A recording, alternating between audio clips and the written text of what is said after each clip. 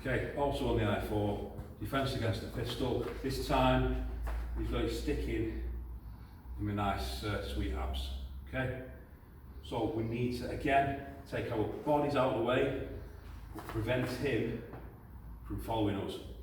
Now, if I just use my hand, there's a chance my hand can slip. So I'm going to use my whole forearm. Okay, so I've knocked him out. He can't follow me with that weapon now.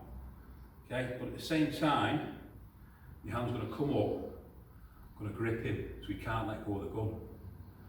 Join by the other hand, turn it up, into the cavalier again.